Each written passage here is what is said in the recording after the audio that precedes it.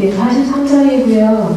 그래서 저는 현재 중고등학교 수학 강사고요. 그 다음에 주일에 중고등부 제자 강사여서 그래서 43장을 애들한테 제가 솔직히 어떻게 가르치는지, 왜냐면 애들이 지상교육을 통해서 제자교육을 통해서 얼마나 많은 애들이 변화되고 있다는 걸 저는 지금 느끼고 있기 때문에, 그래서 아이들한테 하는 식으로 약간 말을 그렇게 할 것 같아서 그렇게 참조해 주시면 감사하겠습니다. 43장 보면 여기서는 이제 우리가 주제 포인트를 잡아야 되는 게 뭐냐면, 혹시 성격이 내가 좀 다른 친구들보다 뭔가 내가 너무 앞선다, 너무 내가 성격이 급하다, 혹시 이렇게 생각하는 친구들이 있다면 그거는 내가 하나님 앞에 하나님 내가 왜 성격을 이렇게 만들어 주셨냐면, 그리고 부모님이 왜 나를 이렇게 태어나게 해주셨냐면 그렇게 바라볼 것이 아니고, 우리가 43장 유다를 통해서 이 사람의 성격이 굉장히 급하거든요.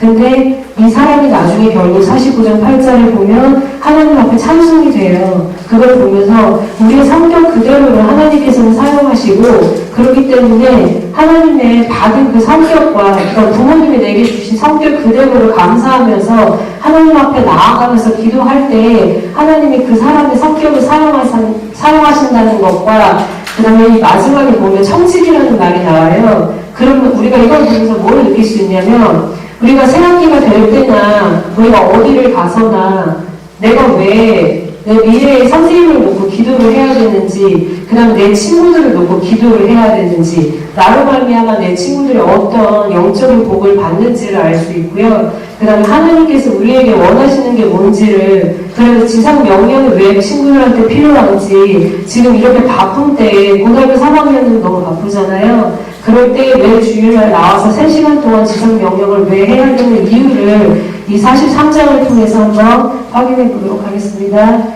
43장, 그 땅에 기근이 심하고 그들이 애굽에서 가져온 곡식을 다 먹으되 그 아버지가 그들에게 이르되 다시 가서 우리를 위하여 양식을 조금 사오라. 기근이 다시 돌아왔어요. 그 얘기는 뭐냐면, 하나님께서는 당신이 해결하지 않는 문제에 대해서는 결과도 그걸 그냥 지나치지 않고요, 또 다시 기근을 보내서 당신이 원하시는 방법대로 사람을 변화시키기를 원한다는 것을 나중에 볼 수 있고요. 3절에 읽고 그러면, 유다가 아버지에게 말하여 이르되 그 사람이 우리에게 엄히 경고하여 이르되 너희 아우가 너희와 함께 오지 아니하면 너희가 내 얼굴을 보지 못하리라 하였으니, 여기서 3절에서 보면 유다가 나와요. 유다가 앞에서 보면 잘못된 일을 많이 행해요. 왜냐하면 성격이 너무 급하기 때문에, 내가 참을성이 없기 때문에. 근데 그렇다고 해서 내가 나 부모를 원망하고 하나님을 원망하고 그럴 게 아니고, 여기서 잘 읽어보면 결국 유다도 자기의 그런 성격을 이용해서 결국 하나님한테 복을 받거든요. 4절 보면 아버지께서 우리 아우를 우리와 함께 보내시면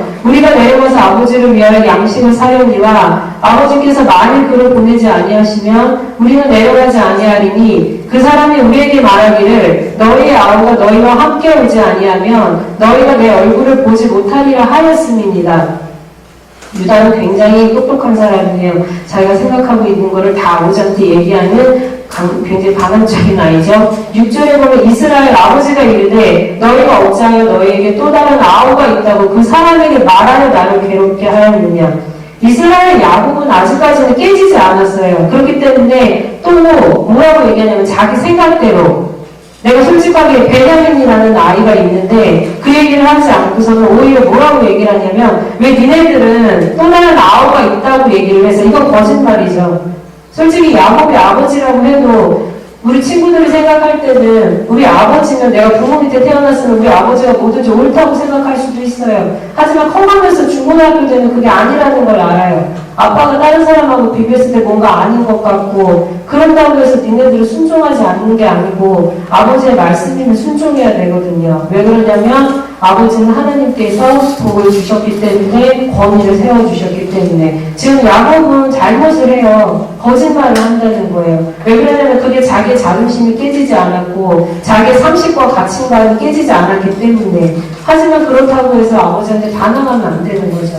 10절에 보면 그들이 이르되 그 사람이 우리와 우리의 친족에 대하여 자세히 질문하여 이르기를 너희 아버지가 아직 살아계시느냐 너희에게 아우가 있느냐 하기로 그 묻는 말에 따라 그에게 대답한 것이니 그가 너희 아우를 데리고 내려오라 할 줄을 우리가 어찌 알았으리까. 얘네들은 자식들이 아버지한테 반항하진 않아요. 그냥 솔직하게 있는 그대로를 얘기할 뿐이에요. 8절을 보면 유다가 그의 아버지 이스라엘에게 이르되 저 아이를 나와 함께 보내시면 우리가 곧 가리니 그러면 우리와 아버지와 우리 어린 아이들이 다 살고 죽지 아니하리이다. 내가 그를 위하여 담보가 되오리니 아버지께서 내 손에서 그를 찾으소서. 내가 만일 그를 아버지께 데려다가 아버지 앞에 두지 아니하면 내가 영원히 죄를 지으리이다. 우리가 지체하지 아니하였더라면 벌써 2번 갔다 왔으리이다. 유다는 여기서 용기를 내요. 이거는 신실하신 용기고 이것은 하나님한테 받은 믿음의 용기죠. 왜냐하면 아들을 자기가 담보가 되니까.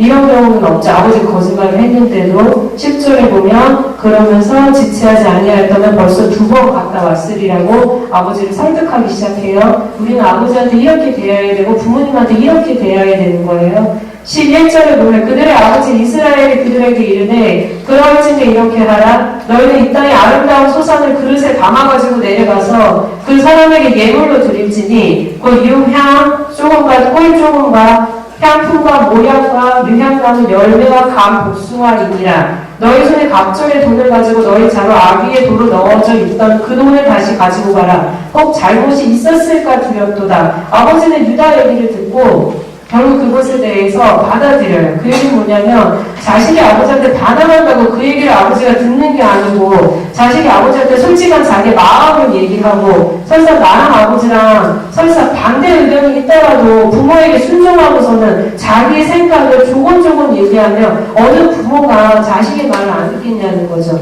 그래서 친구들을 반항하면 안 되고 아버지한테 솔직하게 얘기하도록 하면 아버지가 그렇게 해서 마음을 바꾸신다는 거죠. 왜냐하면 아버지는 하나님께서 붙들고 계시니까. 그 다음 13절에 내 아우도 데리고 떠나 다시 그 사람에게로 가라. 전능하신 하나님께서 그 사람 앞에서 너에게 은혜를 베푸사 그 사람으로 너희 다른 형제와 베냐민을 돌려보내게 하시기를 원하노라. 내가 자식을 잃게 되면 이르리로다. 13절하고 14절은 나중에 문제를 풀면서 얘기해 드릴게요. 15절로 넘어가면 그 형제들이 예물을 나누자고 각절의 돈을 자기들의 손에 가지고 베냐민을 데리고 애굽에 내려가서 요셉 앞에 서니라. 요셉은 베냐민이 그들과 함께 있음을 보고 자기 청지기에게 이르되 이 사람들을 집으로 인도해 드리고 짐승을 잡고 준비하라. 이 사람들이 정오에 나와 함께 먹을 것이니라. 이 사람들이 왔기 때문에 이제 요셉은 청지기한테 이제 주문을 해요. 여기서 청지기를 잘 볼게요. 17절에 보면 청지기가 요셉의 명대로 하여 그 사람들을 요셉의 집으로 인도하니 청지기는 굉장히 순종적이에요. 18절에 그 사람들이 요셉의 집으로 인도되매 두려워하여 이르되 전번에 우리 자루에 들어있던 돈의 일로 우리가 끌려드는도다. 이는 우리를 억류하고 달려들어 우리를 잡아 노예로 삼고 우리의 나귀를 빼앗으려 함이로다 하고 19절 그들이 요셉의 집 청지기에게 가까이 나아가 그 집 문 앞에서 그들에게 말하여 이르되 내 주여 우리가 전번에 내려와서 양식을 사가지고 여관에 이르러 자루를 풀어본즉 각 사람의 돈이 전에 그대로 자기 아귀에 있기로 우리가 도로 가져왔고 양식 살 다른 돈도 우리가 가지고 내려왔나이다. 우리의 돈을 우리 자루에 넣은 자는 누구인지 우리가 알지 못하나이다. 여기서 솔직하게 청지기에게 얘기를 해요. 왜냐하면 겁이 들리기 때문이죠. 하지만 여기서 우리가 겁에 질렸다고 해서 거짓말을 할 필요는 없고요. 우리가 솔직하면 되는 거. 그래서 우리가 세상 나갈 때나 학교 생활할 때나 솔직하고 정직하게 행동하는 것이 굉장히 중요하고요. 23절에 뭐라고 나오냐면 그가 이르되 너희는 안심하라 두려워하지 말라. 너희 하나님 너희 아버지의 하나님이 재물을 너희 자루에 넣어 너희에게 주신 것이니라. 너희 돈은 내가 이미 받았느니라 하고 시므온을 그들에게로 이끌어내고 그들을 요셉의 집으로 인도하고 물을 주어 발을 씻게 하고 그들의 나귀에게 먹이를 주더라. 23절에 보면 그가 이르되 그는 청지기를 얘기하는 것 같아요. 너희는 안심하라 두려워하지 말라. 그 다음 절에 너희 하나님 너희 아버지의 하나님이 재물을 너희 자루에 넣어서 너희에게 주신 것이니라. 요셉 밑에 있는 사람들은 요셉을 보고 하나님의 계심을 알았어요. 그 얘기는 뭐냐면 우리가 세상 나가서 살 때 학교에서나 내가 내 친구들한테는 당당히 하나님을 고백하고 하나님을 전하고 하나님을 말해야 되는 이유가 뭐냐면 그 내 친구들이 나를 통해서 하나님의 존재감을 그 다음에 하나님의 위대하심을 하나님의 영광을 발견할 수 있고 그것을 통해서 그 친구들이 또 하나님의 복을 받는다는 거. 그렇기 때문에 우리 친구들이 나가서 학교에 가서 하나님의 영광을 나타내기 위해 힘써야 되는 거고 그 다음에 친구들이 나가서 하나님의 말을 전하고 전도를 해야 되는 게 굉장히 중요하죠. 그 다음에 25절에 갈게요. 그들이 거기서 음식을 먹겠다 함을 들었으므로 예후는 정돈하고 요셉이 정오에 오기를 기다리더니 요셉이 집으로 오매 그들이 집으로 들어가서 예후를 그에게 드리고 땅에 엎드려 절하니 요셉이 그들의 안부를 물으며 이르되 너희 아버지 너희가 말하는 그 노인이 안녕하시냐 아직도 생존해 계시느냐 그들이 대답하되 주의 종 우리 아버지가 평안하고 지금까지 생존하였나이다 하고 머리를 숙여 절하더라. 요셉이 눈을 들어 자기 어머니의 아들, 자기 동생 베냐민을 보고 이르되 너희가 내게 말하던 너희 작은 동생이 이 아이냐? 그가 또 이르되 손자여 하나님이 내게 은혜 베푸시기를 원하노라. 요셉이 아우를 사랑하는 마음이 복받쳐 급히 울 곳을 찾아 안방으로 들어가서 울고 얼굴을 씻고 나와서 그 정을 억제하고 음식을 차리라 하네. 이 19절하고 30절을 보면 굉장한 장면이 나와요. 뭐냐면 형제의 상봉의 장면이 나오는데 요셉은 베냐민을 보고 자기 동생을 보고 옛날에 잃었던 동생을 보고 굉장히 감동을 받아요. 우리 많이 싸우죠. 우리 많이 동생들하고 많이 싸우잖아요. 근데 하나님은 어떤 사람을 사랑하냐면 내가 내 동생을 사랑하는 마음이 있는 사람 그리고 내가 내 오빠나 언니를 위하는 마음이 있는 사람은 그 사람은 하나님께서 그 사람에게 복을 내려주시는 것을 요셉을 보면 알 수 있어요. 왜냐하면 요셉은 베냐민하고 옛날에 헤어졌음에도 불구하고 굉장히 사랑하는 마음이 굉장히 많았기 때문에 남자임에도 불구하고 울면서 나갔잖아요. 그 얘기는 결국 뭐냐면 그 사랑하는 마음이 결국은 하나님의 사랑으로 내 동생한테 전해진단 말이에요. 그렇기 때문에 우리가 내 형제들을 놔두지 말고 그리고 잘해주고 그러할 때 하나님께서 우리를 기뻐하신다는 것을 알 수 있죠. 32절로 갈게요. 그들이 요셉에게 따로 차리고 그 형제들에게 따로 차리고 그와 함께 먹는 애굽 사람에게도 따로 차리니 애굽 사람은 히브리 사람과 같이 먹으며 부정을 입음이었더라. 그들이 요셉 앞에 앉되 그들의 나이에 따라 앉히게 되니 그들이 서로 이상히 여겼더라. 이상할 일이 없죠. 요셉이 자기 음식을 그들에게 주되 베냐민에게는 다른 사람보다 5배나 주되 그들이 마시며 요셉과 함께 즐거워하였더라. 문제가 뭐냐면 이번 야곱은 라헬의 마지막 아들 베냐민을 애굽으로 보내기로 결단합니다. 이를 통해서 우리는 무엇을 알 수 있습니까? 43장 13절하고 14절 내용인데요. 그 13절 14절 다시 한번 읽어드릴게요. 내 아우도 데리고 떠나 다시 그에게로 가라. 그 사람에게로 가. 그 사람에게로 가라. 전능하신 하나님께서 그 사람 앞에서 너희에게 은혜를 베푸사 그 사람으로 너희 다른 형제와 베냐민을 돌려보내게 하시기를 원하노라. 내가 자식을 잃게 되면 이르리라.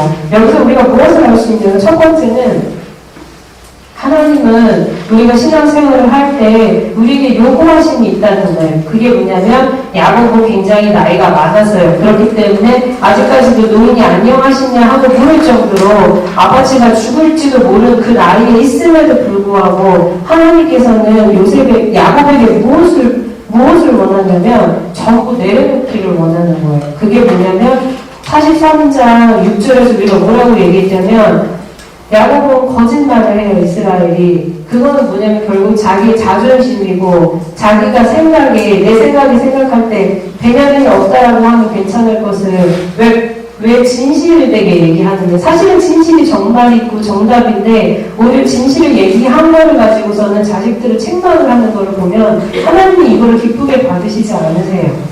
그러면 결국 야곱이 죽을지언정 나이가 90살이 돼도 우리 친구들이 90살이 돼도 만약에 하나님께서 우리한테 바뀌길 원하는 부분이 있으면 하나님은 그것이 바뀔 때까지 내려놓기를 원하신다는 거. 우리가 그거를 알아야 되고, 그걸 어떻게 알 수 있냐면 하나님의 말씀으로 알 수 있는데, 그 말씀은 우리가 지금 이 자리에 제자 교육에 있는 이 자리를 통해서 하나님의 뜻을 우리가 발견할 수 있다는 거고요. 그 다음에 두 번째, 무엇을 알 수 있냐면 우리가 내가 내려놔야 되잖아요. 우리가 내려놓을 게 참 많잖아요. 그 내려오는 과정의 관계를 우리가 한번 생각해 보겠는데, 처음에 어떤 관계가 있냐면 맨 처음에 정을 띄는 관계가 있어요. 내가 애착하는 것에서 그거를 객관적인 사물을 바라보는 거, 약간 이런 느낌? 어디서 볼 수 있냐면 42장 38절에 보면 베냐민을 뭐라는 식으로 어떻게 표현을 하냐면 야곱이 이르되 내 아들은 너희와 함께 내려가지 못하, 그래서 내 아들이라고 지칭을 해요. 굉장히 사랑하는 아들이죠. 근데 그게 어디 43장 13절에 가면 내 아우도 데리고 떠나 다시 그 사람에게로 가라. 내 아들이 내 아우라고 하는 대명사가 바뀌어요. 그 얘기는 뭐냐면 우리가 갖고 있는 제일 사랑하는 핸드폰, 우리는 핸드폰을 굉장히 사랑하죠. 내가 제일 사랑하는 영화, 내가 제일 사랑하는 야동, 이런 사랑하는 것들을 우리는 객관적인 물건으로 지칭하면서 그거를 내가 내 감정이 아닌 내가 한 번은 제3자의 역할이 돼서 바라볼 수 있는 눈이 열린다는 거예요. 그게 맨 처음에 내가 접어 내려놓기 때문에 접어 내려놨을 때 첫 번째 단계예요. 내 사랑하는 핸드폰이 갤럭시 2로 바뀌는 거고요. 내가 사랑하는 극장, 내가 사랑하는 영화가 그냥 프리머스 이렇게 바뀌게 되는 거를 알 수 있죠. 그 다음에 내가 맨 처음에 그러면 내가 가지고 있는 정과 내가 가지고 있는 애착을 내려놓고, 두 번째 우리가 어떤 과정을 겪어야 되냐면 43장 11절하고 12절을 보면 이스라엘은 유다의 얘기를 듣고서는 마음을 돌이키는데, 돌이키고 나서는 그래 너 그냥 베냐민 데리고 가라 그렇게 말씀하는 게 아니고 자기가 가지고 있는 최선의 것을 다해서 그거를 챙겨줘요. 그 얘기는 뭐냐면 내가 뭔가를 하나님 앞에 회개하고 뭔가를 돌이키려고 할 때 내가 할 수 있는 모든 것을 다해서 하나님 앞에 내려놔야 되는 거예요. 내가 가지고 있는 거, 내가 사랑하고 있는 거 어쩔 수 없이 내려놓는 게 아니고 정말 진심으로 최선을 다해서 내려놓는 거, 이 마음이 있어야 된다는 거고요. 그러면서 뭐라고 얘기하냐면 12절 끝에서 보면 돈에 넣어져 있던 그 돈을 다시 가지고 가라. 혹이 잘못이 있었을까 두렵도다. 그 얘기가 뭐냐면 자기가 처음에는 왜 베냐민을 있다고 얘기를 하냐면 오히려 자식들을 책망하지만 나중에 자기가 제정신에 차리고 봤을 때 나한테서 잘못한 게 있을까? 내가 잘못한 게 있겠지. 우리가 먼저 내려놓고 하나님의 뜻을 알기 위해서는 두 번째 단계는 뭐냐면 내가 내 잘못을 시인해야 된다는 거예요. 나한테도 잘못이 있겠지. 내 동생만 잘못이 있는 게 아니고 내 부모님만 잘못이 있는 게 아니고 나한테도 잘못이 있겠지라고 생각할 수 있는 그런 단계가 필요한 거고요.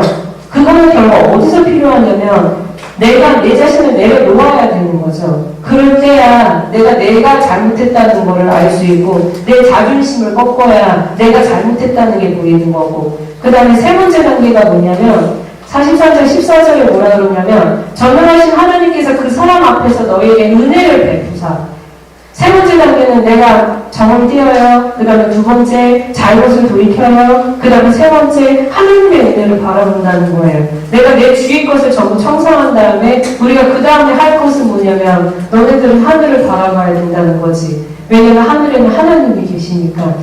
그래서 금요철에 오면 하나님께 기도해야 되는 거고, 그래서 주일날 하나님을 바라보기 위해서 하나님 하늘을 바라보기 위해서 그래서 주일날 제자 교육을 받아야 되는 거죠.